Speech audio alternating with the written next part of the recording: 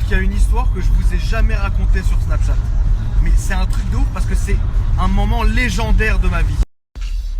Comme vous le savez presque tous, ma première voiture était une Twingo. Ouais, je sais, j'ai fait un bond en avant, ouais. Ça peut arriver en soi. Ah, ouais. Donc j'avais la Twingo, etc. J'avais acheté neuve, attention, chez Renault Pompe dans le 16e. C'était la Renault Kenzo, la Twingo Kenzo. Une fabuleuse couleur aubergine. Bref, ça on s'en branle. Et j'habitais à avenue Henri Martin dans le 16 et on pouvait pas se garer, il n'y avait aucune place. J'avais un parking, oui, mais loin. Et donc je me garais tout simplement sur le trottoir en bas de chez moi. Mais trottoir, genre trottoir. Genre. Et donc tu sais, genre j'en avais marre, tous les jours je me prenais des PV et tout, machin, et ça y est, à un moment ça suffit, tu vois. Donc je me suis dit, tiens, il faut trouver un stratagème, donc j'ai commencé à écrire, tu sais, un papier sur le pare-brise, en livraison, je reviens dans 5 minutes. Et ça marchait, je me prenais pas de PV. Et bon, un jour j'ai commencé vraiment à me prendre des PV au bout de 2 semaines. Et, excuse-moi, et là j'ai dû user d'un stratagème. Donc j'ai remplacé le papier en livraison par je suis parti aider ma grand-mère, soyez sympa, avec un petit smiley. Et ça a marché. Ça marche et tout, puis à un moment donné, ça marche plus, tu vois. Donc là, j'écris parti aider une vieille dame, soyez sympa. Mais je pense, après c'est une unité que je connais pas, que ceux qui mettent les PV, bah, ils ont le même quartier tout le temps. Parce que moi je sais que là où je suis, c'est toujours les mêmes, tu vois. À mon avis, tu vois, donc ces mêmes gars passaient sans arrêt, ils se sont dit, écoute, lui il commence à nous casser les couilles, ça suffit. Donc ils ont commencé à me remettre des PV. Un jour j'en ai eu marre. J'en ai eu marre et j'ai écrit sur le papier, mets autant d'amendes que tu veux, de toute façon je les paierai. Oh frérot, ils m'ont bombardé la voiture d'amende. Bref, et ma mère m'a tabassé, vous connaissez la suite. Enfin bref, c'est pas le problème en fait. Le problème est quoi?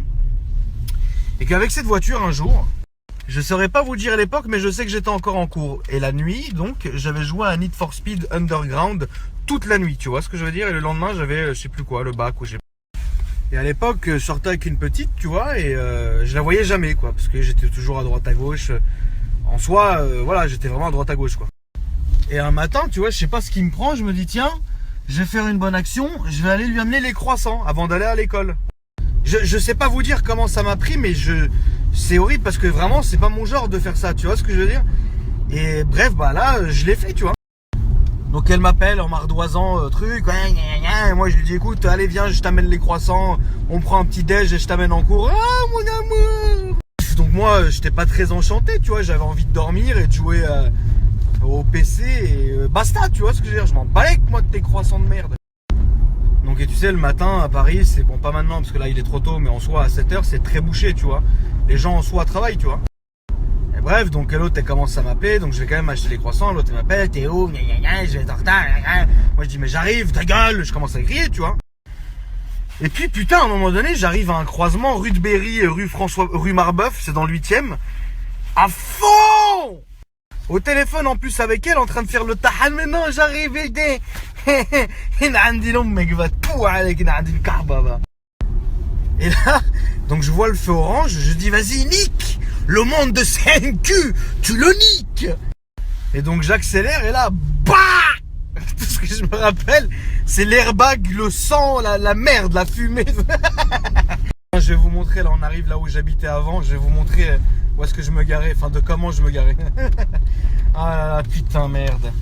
Un jour, la mairie qui est à 300 mètres d'ici m'a envoyé un courrier, soit dit en passant, en me disant que je nuisais à la sécurité du quartier. Moi, j'habitais là, dans cet immeuble, ici, et regarde où je me garais. Là, comme ça. Là, les voitures, elles sont garées là. Moi, je me mettais là, frère. Non, c'est arrogant, vraiment. Mais ça, c'était avant. Entre-temps, j'ai beaucoup changé. Moi, j'ai changé. Hein. Tellement, le gardien, il m'a reconnu, il est sorti, ça.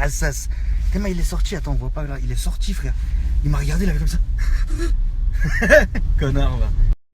Ce mec-là, un jour, m'a balancé à un groupe de Philippins qui voulaient me faire la merde. Hein. Parce que, en soi, je sais pas si tu connais, mais ici, il y a plein de Philippins, tu vois. Et tous les dimanches, un truc comme ça, ils se regroupent sur la grande pelouse Porte de la Muette, ils font des barbecues, etc. Et un jour, on a eu une petite échauffourée qui reste personnelle pour le coup. Et en soi, c'est une logique que je peux pas faire le poids contre 50 Philippins armés de couteaux et de pierres, frère. Donc je me suis caché dans le buisson, le mec il est arrivé, il a fait il est là, ils m'ont démonté, frère. Et donc ouais, je disais quoi, ouais, la voiture, donc je fais l'accident, tout ça, machin. En fait, c'est un taxi qui lui aussi en même temps a grillé le feu orange. Enfin, je sais pas si c'est vraiment possible, je sais pas vraiment qui est en tort en soi. ce que je me rappelle, frère, c'est que j'ai cartonné un taxi et moi et truc, et je suis descendu de la voiture au moment où la BRI était en train de préparer une perquise chez quelqu'un. Et c'est un gars de la BRI qui m'a sorti de la bagnole, il m'a fait « Ça va, petit ?» Et ce gars-là était super, enfin il a senti en soi que j'étais pas bien parce que j'avais le nez comme ça, la mâchoire comme ça, je pissais le sang et tout, mais en soi tu te rends pas compte. Donc c'est ce gars qui a appelé les pompiers, tu vois, donc merci à lui. Et en attendant, j'avais toujours l'autre débile au téléphone, tu vois, qui hurlait « Allô, allô, tu m'as mort !» La voiture était morte de chez morte, le taxi pas trop, mais moi vraiment mort de chez morte. Bon, on n'a rien eu, tu vois, en soi. Bon, si moi j'ai eu des côtes, la mâchoire et tout, tu vois. J'ai appelé ma daronne et tout en pleurant, elle m'a dit tu te tais, tu mens, tu vas en cours. Je te jure que j'étais en cours, frère. J'avais pas dormi, j'avais fait un accident, j'étais en cours. Hein. Et le soir, je te jure que c'est vrai, on est parti au cinéma avec mes cousins voir 36 quai des Orfèvres. Quelle journée de fils de pute, quelle journée. Tu vois, c'est pour ça qu'aujourd'hui... Attends, t'as quand même fait un accident. T'as pas dormi, tu vas au cinéma? C'est pour ça qu'aujourd'hui je me lance plus dans des trucs risqués comme as. Je m'arrête au feu et tout, tu vois, et je vais pas apporter les croissants non plus, tu vois. Après j'ai eu une Clio initiale. Je sais plus quel moteur c'était. Oh là là, putain la vache. C'était un soir où j'avais un truc avec ma mif et sur une péniche, il faisait beau et chaud, tu vois, et moi ma mère m'avait obligé de mettre un costume, tu vois. Ouais, tu connais comment je suis habillé, là je suis en jogging, mais en soi je draine des lions mis, tu vois, mais je pourrais très bien m'habiller en menteur, mais en soi c'est ma société, frère. Et bref, vas-y, elle m'avait dit, vas-y, mets un costume, tout ça. Je dis, c'est chaud! Et moi, les sièges de la Clio, ils étaient en Suède. Et là, regarde, l'Alcantara Mercedes, il est doux comme du Zieglin. Mais celui de Renault, pas vraiment. Et donc, j'étais, tu sais, que ça collait. En gros, je suis arrivé à la péniche. Mon dos était en eau, frère, et ça collait et tout. Ah, dégueulasse, dégueulasse. C'est un des souvenirs qui m'a choqué avec cette Clio, c'est que, je sais pas, frère, je l'ai pas trop senti, je la sentais pas, c'était un peu une pute, tu vois, la Clio. Je sais pas pourquoi. Et dernière histoire, après je vous laisse aller bosser et vous réveiller. À propos de ma première mini que j'ai eue. Il y avait un gars dans le 16e à l'époque, c'était genre mon concurrent, je sais plus comment il s'appelle, mais je pouvais pas me le voir, un truc de ouf, tu vois. Mais c'était vraiment, on se tirait la bourre tout le temps. Ça veut dire que, voilà, tu vois, ça veut dire qu'on avait les mêmes voitures, les mêmes trucs. Bon, on était deux débiles qui se faisaient la bourre, quoi. Mais ça fait longtemps que je l'ai pas revu, là. Ça fait longtemps que je l'ai pas revu, mais très longtemps, genre peut-être 10 ans que je l'ai pas revu. Je pense qu'aujourd'hui, il fermerait sa gueule, tu vois. Mais bon, en soi, je l'ai pas revu. Et il avait acheté, lui, une Cooper S noire cabriolet. Il ressemblait étrangement à celui-là.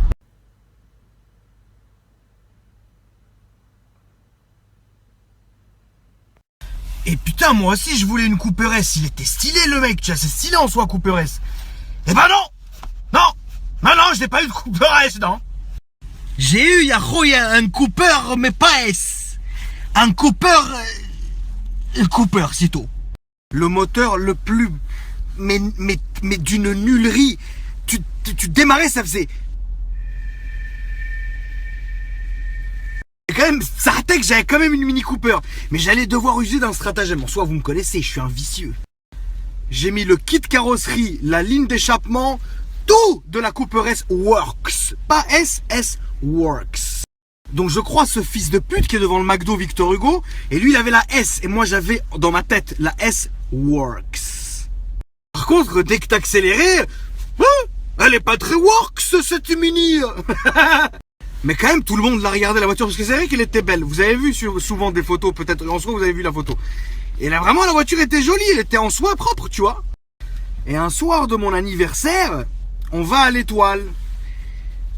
Tout le monde boit, l'arabe ne boit pas. Et moi, je reste vicieux comme ça parce qu'il était à la table en face de la mienne. Et moi, j'étais comme ça, je faisais le patron, je dansais, tout ça. Non, frère, il se passait quelque chose. Et j'attendais le moment où il allait rentrer chez lui parce que j'avais envie de régler mon compte. Je sais pas quoi, mais tu sais quand tu sens qu'il va se passer quelque chose, mais tu ne sais pas quoi. Cette sensation comme quand t'es dans le couloir de l'école, devant la meuf que tu kiffes, mais tu sais pas comment lui dire. Alors tu la frappes parce que t'as stressé en soi. Il se lève, mes potes ivres-morts, je leur dis, j'arrive, hein. Je descends à la voiture, voiturier, nos deux voitures, elles arrivent en même temps. Ah frérot, works. Et moi, le vrai pilote, tout seul dans la voiture. Lui, son pote et trois meufs derrière, décapotées, tout ça. Ouais, là. Arrive au feu rouge d'avenue Victor Hugo. Avenue Victor Hugo, la nuit, il y a son père. Bon, ils vont bientôt mettre un radar, je le sens. En soi, la nuit, il faut reconnaître, hein, les amis, que l'avenue Victor Hugo est une sacrée piste d'atterrissage. Et là, on est côte à côte au feu rouge. On se regarde, mais moi, il me regarde comme ça. Il a écouté la chanson Your dance make me dancing and crying.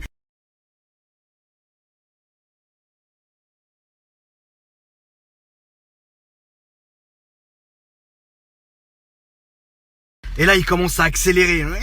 Il faisait des rêves. Mais moi, je me suis dit, j'ai voulu faire une rêve, mais je me suis dit, on va entendre quoi? Et là, le feu passe au vert. Il a décollé à une vitesse.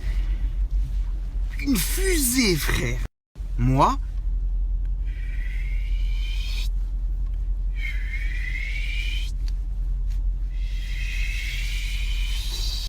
normalement, quand tu fais une course avec quelqu'un, ou que tu perds, ou que tu gagnes, tu t'arrêtes au feu rouge d'après pour te humilier la personne. Hein? Lui, non. Lui, il est carrément rentré chez lui, moi, le mec. Il est rentré chez lui carrément. Il a même pas eu la correction de m'humilier au feu rouge. Et moi, je m'arrête, silence, au feu rouge, et je remets le son, tu vois.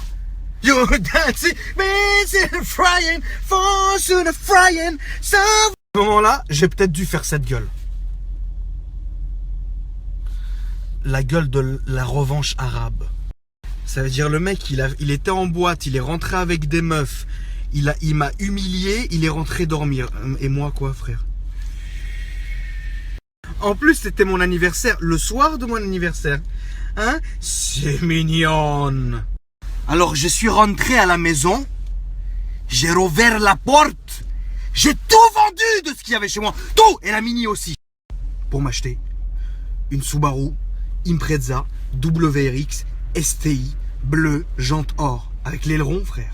C'est à ce moment-là que pour gagner un peu d'argent, je suis... En soi, j'ai toujours été blindé. Mais il faut gagner l'argent par soi-même pour savourer le goût. Alors c'est là que j'ai travaillé chez Direct Auto. Après, j'ai même travaillé dans une station de radio pour finir à les perles du net sur Direct 8. C'est moi qui montais les vidéos marrantes. Mais au bout d'un moment, j'avais de l'oseille à jeter, entre parenthèses. Donc j'ai préparé ma Subaru.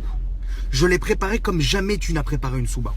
Je me rappelle avoir déposé à côté de Boulevard Bessières, chez le mec qui prépare les voitures, ma Subaru. Je lui ai donné l'espèce comme ça, je lui ai dit, prépare-la, frère. Regardez, il a fait, ça va être fantastique. 3 jours après, me voilà au garage, récupérant ma voiture. Frère, quand il a démarré, ça a donné ça.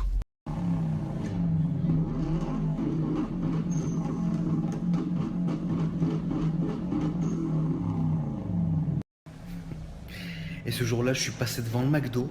Il était avec ses meufs, ses trucs, et je suis passé comme ça, frère. Et c'est la dernière fois où je l'ai vu.